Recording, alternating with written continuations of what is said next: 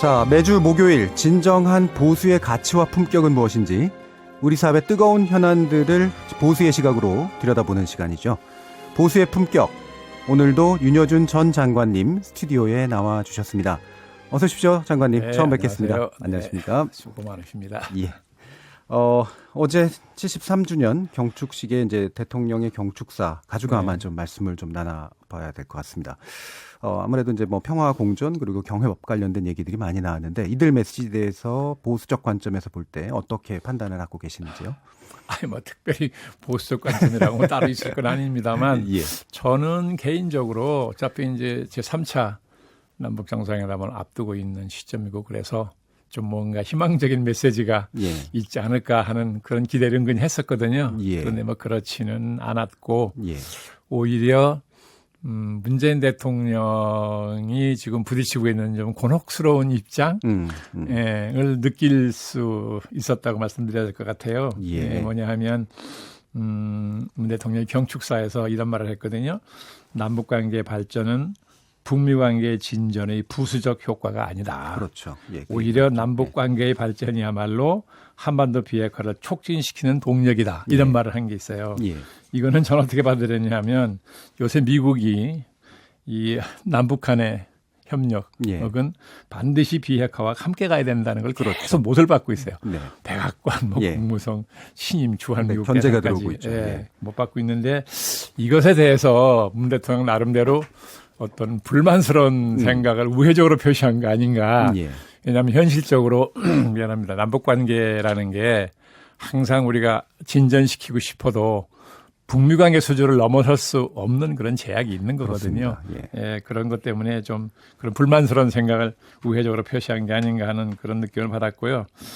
또 대통령이 뭐라 그랬냐면 북의 진정한 비핵화 이행과 이에 상응하는 미국의 포괄적 조치가 신속하게 추진되기를 바란다 이렇게 말을 했어요. 예. 근데 지금 이 북미 간에는 종전선언 오늘 이제 먼저 하느냐 늦게 하느냐 그렇죠. 놓고 지금 굉장히 대립을 보이고 있는 상황이잖아요. 이런 상황에서 문 대통령이 북의 완전한 비핵화를 먼저 얘기한 것은 예. 미국 입장을 예. 지지한다 그쪽에 선 거라고 이제 받아들여지는 거잖아요. 예. 어떻게 보면 뭐 당연하다고 생각은 되지만 북한이 이것을 어떻게 받아들일까 또 반발할 가능성도 있는 거 아닙니까? 그렇습니다. 왜 제가 그런 생각을 하냐 하면 그 전에 미국 국무성에 국무부에 북한 대북 정책 특별 대표라는 직책을 가지고 조셉 윤이라는 예. 분이 있는데 그분이 지난 6월 29일 날 중앙일보하고 인터뷰한 게 있어요. 예. 그걸 보니까 이 종전 선언은 북한 측이 얘기한 것도 아니고 미국이 제기한 것도 아니라는 거예요. 아, 그래요? 예. 예. 그러니까 기자가 그럼 한국 측이 제기했을 가능성이 있는 거냐 했더니 그럴 가능성이 크다고 얘기를 했거든요. 예. 그 조셉 윤이. 예.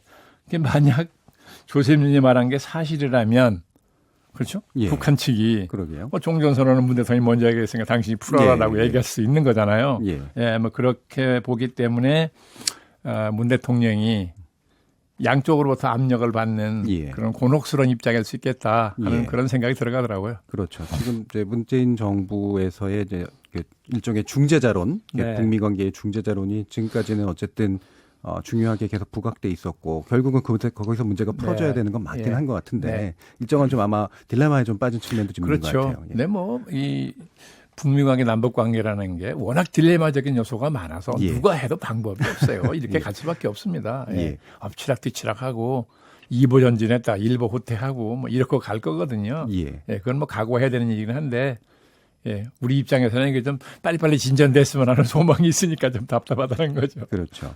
지금 이제 뭐 어쨌든 남북 고위급 회담에서 이제 뭐 남북 정상 회담에 대한 이제 합의가 이루어진 건 맞지만 분명히 네. 온도 차이가 있었거든요. 남북 예. 간에. 네. 리성관 조평통위원장이 개별 접촉에서 제기된 문제들이 해결되지 않으면 예상치 않은 문제들이 탄생될 수 있다. 뭐 난항에 이를 수 있다. 뭐 예. 이런 식의 이제 약간은 그 강한 발언도 나왔는데 그랬더라고요. 예, 해석들이 좀 있는데 그래서 저희 정세현 전 장관님하고 제가 인터뷰를 할 때 네. 북은 그런 식의 협박성 발언이 별로 이렇게 좋은 게 아니다. 이런 식의 이제 약간 불만을 좀 토로하시기도 하셨어요. 어떻게 보시나요? 아니 북한은 뭐 종전에도 항상 그런 식으로 했지요. 예. 예, 그래서 무슨 얘기를 가지고 그렇게 말하는지는 알 수가 없으나 예. 제 짐작에는 역시 지금 종전 선언 때문에 딱 막혀 있으니까 예. 북한도 이걸 빨리 풀고 싶은 그렇죠. 생각이 있는데 사실 싱가포르에서 6월 12일 날 북미 정상회담 했잖아요. 예. 그때 발표문을 보면 이 그 순서가 그 묘하게 돼 있어요. 그 발표문을 보면 예. 북미 간의 신뢰 구축이 먼저고 예. 비핵화가 나중에 되는 것처럼 되는 표현이 있습니다. 예. 그런데 트럼프 대통령이 회담 후에는 입장을 바꿔가지고 예. 종전 비핵화를 그렇죠. 먼저 하라는 거잖아요. 예. 그렇기 때문에 이 문제를 쉽게 풀 수가 없는 건데 북한은 빨리 문 대통령 뭐 이걸 풀어달라고 예. 계속 뭐 압박할 수 있는 거죠. 예. 그래서 그런 협박성 발언을 한 게 아니냐. 이거 안 풀어주면 뭐 그동안 약속한 거 아무것도 안 된다 하는 식으로. 예. 근데 북한은 과거에도 뭐 항상 그런 식으로 하지 않았나요? 예. 이제 어쨌든 그러면 북미 간의 그 문제에서 이제 문 대통령이 이제 미국을 좀 설득시켜서라도 네. 좀 더 이제 북한이 원하는 종전 협상 쪽으로 좀 더 가고 선언 쪽으로 그다음에 구체적으로 약간 살라미 전술이라고 하잖아요. 그래서 뭔가 이렇게 서로 개선안들이 자꾸 이제 왔다 갔다 하도록 네. 하는 걸 아마 원하는 구도겠죠. 아마도 뭐 한국 정부도 좀 그 노력을 하고 있을 거라고 보고 예. 지금 북미 간에도 뭐 지금 이 협상이 깨져서 파국이 올 거라고 걱정하는 분도 있지만 저는 뭐 트럼프 대통령이나 김정은 위원장이나 서로 상대방의 절실히 필요한 상황이라는 점에서 보면 예. 쉽게 그렇게 뭐 판을 깰 것 같지는 않거든요. 예. 네, 그러니까 문 대통령이 그러한 이제 운전자 역할을 분명하게 하려면 그때 양쪽을 다 만족시키려고 해서는 안 되고 예. 입장과 원칙을 분명히 가지고 한쪽을 설득해야 된다고 보거든요. 예. 그렇게 본다면 제가 보기 현실적으로 한국 정부는 결국 미국하고 조율을 해서 예. 북한을 설득하고 견인하는 쪽으로 가야 운전자 역할을 할 수 있지 그렇지 않으면 어렵다고 보는 거죠. 그 반대는 외로도 네. 어려울 수도 있겠다. 네. 이런 거죠. 저는 뭐 전문성이 없어서 말씀드리기가 조심스럽긴 합니다만 저는 예. 그렇게 생각을 하고 있습니다. 예, 알겠습니다. 그러면 이제 국내 정치 이야기로 좀 넘어가 볼까 하는데요. 네. 어쨌든 뭐 지지율 문제가 계속 있어요. 대통령 국정 지지도는 어쨌든 좀씩 하락하는 추세고, 뭐 여당의 민주당의 지지율도 그렇습니다. 근데 문제는 그 하락하는 것의 어떤 그 지지율이 실제로 이제 뭐 자유한국당이나 바른미래당이나 이렇게 보수 정당들로 연결되진 않고 있어요. 정의당만 약간 이제 올라가고 있는 이제 그런 추세인 거고, 여기 어쨌든 지금 대통령에 대한 지지율이 하락하고 있는 이 추세를 어떤 이유가 있다라고 보십니까? 아니 일단 뭐 이제 집권 2년 차니까 예. 과거에도 항상 그랬죠. 예. 왜냐하면 이제 대통령 후보 때 생각하는 거하고 대통령 된다면 생각하는 거하고 같을 수가 없어요. 예. 현실이라는 게 이상과 현실이라는 게 있으니까 그럼 국민은 이제 기대 심리가 있다가 충족이 안 되니까 지지도가 내려가는 게 과거에도 항상 있었죠. 그러니까 예. 그 자체는 뭐 자연스러운 거라고 볼 수 있는데 다만 지지도가 하락하는 게 약간 급격한 것 같아요. 예, 그것은 분명한 이유가 있다고 보는 거죠. 뭐 마치 문 대통령이 8.15 경축사에서 동아시아 철도 공동체를 얘기했으니까 예. 그 기차에 비유해서 말씀을 드리면 예. 객차를 여러 개 연결한 대한민국호라는 열차가 있는데 빨리 달리게 하려고 앞과 뒤에다 기관차를 배치했단 말이죠. 예. 뭐 그건 좋은 거죠. 예. 제가 보기에 앞에 있는 기관차는 한반도 평화정착이라는 예. 기관차였던 것 같고 뒤에 있는 기관차는 소득주도 성장이었던 예, 것 같아요. 예. 그런데 출발했어요. 처음엔 잘 달렸죠. 그런데 가다가 지금 아시다시피 뭐 북미 관계 이래가지고 앞에 기관차, 한반도 평화정착이라는 기관차가 동력을 많이 좀 잃었죠. 예. 아직 끊어지진 않았으나. 예. 근데 뒤에 있는 기관차, 밀어주는 기관차는 소득주도 성장이 지금 뭐 거의 망가졌잖아요. 완전 실패했다는 판정을 받는 거잖아요. 근데 거의 동력을 상실한 상태란 말이죠. 예. 그러니까 뒤에서 밀어줘야 되는 차가 오히려 밀어주기는커녕 부담이 되고 있는 이런 상황이라서 이것 때문에 결국 대한민국호라는 타에 타고 있는 국민들이 실망을 한 거 아니냐. 예. 그러니까 요즘에 여론조사 기관의 얘기를 들어보면 다 지금 민생이 어려워진 것 때문에 민심이 돌아섰다는 거거든요. 네. 그러니까 뭐 어쩔 수 없죠. 예. 그럼 말씀에서 이제 어쨌든 그 뒤에 오는 기관차, 그러니까 소득주도 성장이라든가 이런 것들이 이제 특히나 아마 이제 보수적 시각에서 볼 때는 확실히 좀 실패하고 있는 거 아니냐라는 이제 그런 시각이 나오시는 것 같은데, 그래서 민주당이 이제 경제 정책이나 이런 데서 보수 성향이나 또는 무당층 흡수를 위해서 좀 중도 보수화 전략으로 가지 않을까, 뭐 이런 예상을 하는 분들도 있어요. 어떻게 보세요? 글쎄요, 민주당이 그럼 지금까지 소득주도 성장이라는 게 뭐 굉장히 뭐 좌편향적인 정책인가요? 그렇죠. 그래서 이게 문제가 된 건 아닌가요? 예. 네. 그러니까 우리 현실을 면밀하게 인식하지 못하고 정책을 썼기 때문에 실패했다고 하는 게 전문가들 진단인 것 같던데요. 예. 이게 무슨 좌편향 정책이냐 우편향 정책이냐 때문에 문제가 된 게 아니고, 뭐 자영업자라든지 그죠? 최저임금 같은 것을 부작용을 생각을 못하고 좋은 점만 생각하고 정책을 너무 급히 폈다, 뭐 이런 지적이 아닙니까? 그러니까 꼭 이게 무슨 중도 보수냐, 뭐 좌클이냐 이런 문제는 저는 아니라고 보는 거죠. 예. 이게 이제 뭐 이념적인 문제라기보다는 사실은 이제 실행상에서 이제 부작용들을 최대한 제어하는 것이었어야 되는데 그 부분이 이제 아마 메꿔줘야 될 문제인 것 같다라고 보시는 것 같습니다. 근데 이제 아직도 이제 한국당이나 보수 계열 정당들의 설 자리가 이렇게 넓지는 못한 것 같아요. 어떻게 생각하세요? 뭐 자업자득이죠. 뭐.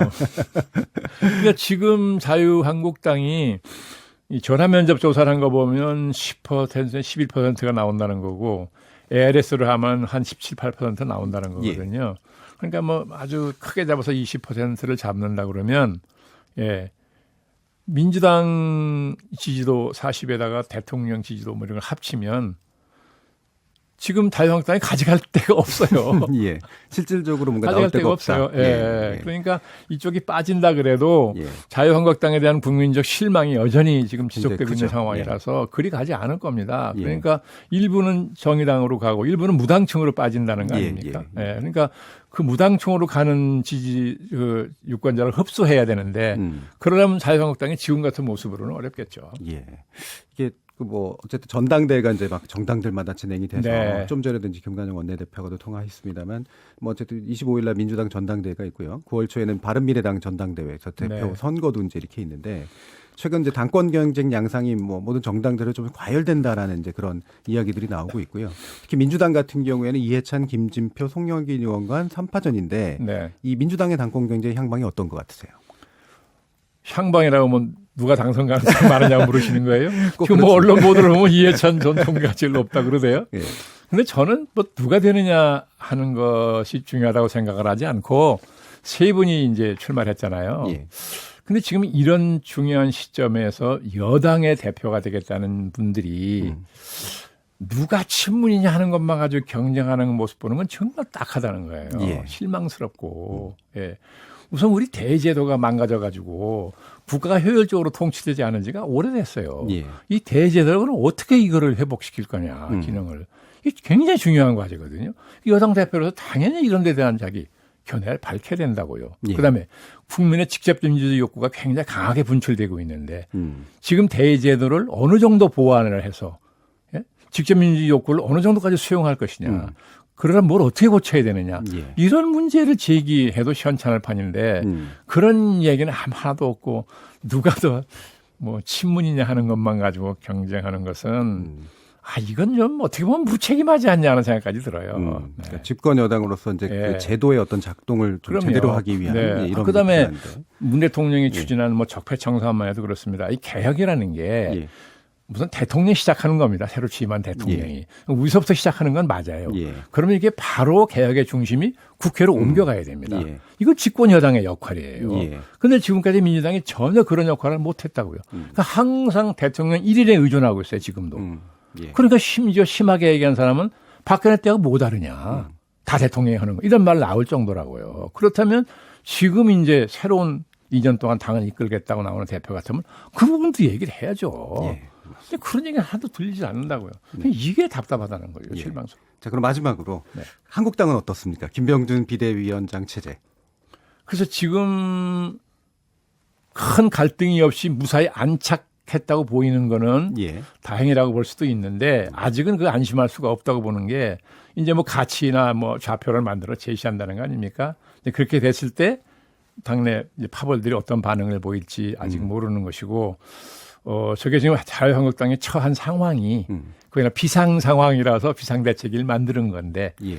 지금 저렇게 원만하게 가는 게 과연 비상대책인 거냐 그렇겠네요. 하는 것도 장담할 수 없죠. 예. 홍 대표의 복귀에 의한 어떤 효과 같은 건 어떻게 생각하십니까? 홍 대표는 뭐 미국 갈 때부터 바로 복귀할 거라고 누구나 봤던 거 아니에요. 예. 그래서 이제 전당대회가 비대위 끝난 바로 있을 테니까 예. 아마 들어와서 자기 나름대로 이제 지금 상황이 자기한테 유리하지 않게 전개된다고 볼 테니까 예. 들어와서 그 준비를 한다고 그러겠죠. 특히 자기가 대표로 있을 때 임명했던 그 일방적으로 임명했다고 그때 했던 당협위원장이 한 40명이나 된다고 제가 알고 있는데요. 그 사람들이 위치가 매우 좀 위태롭다고 보겠죠. 예. 지금 비대위가 그거 정리할지 모르잖아요. 그러니까 그런 것 때문에라도 일찍 들어오고 싶겠죠. 뭐. 예, 그런데 알겠습니다. 들어와도 뜻대로 안 될 겁니다. 오늘 말씀 감사합니다. 보수의 품격 윤여준 전 장관님이셨습니다. 수고하셨습니다. 예.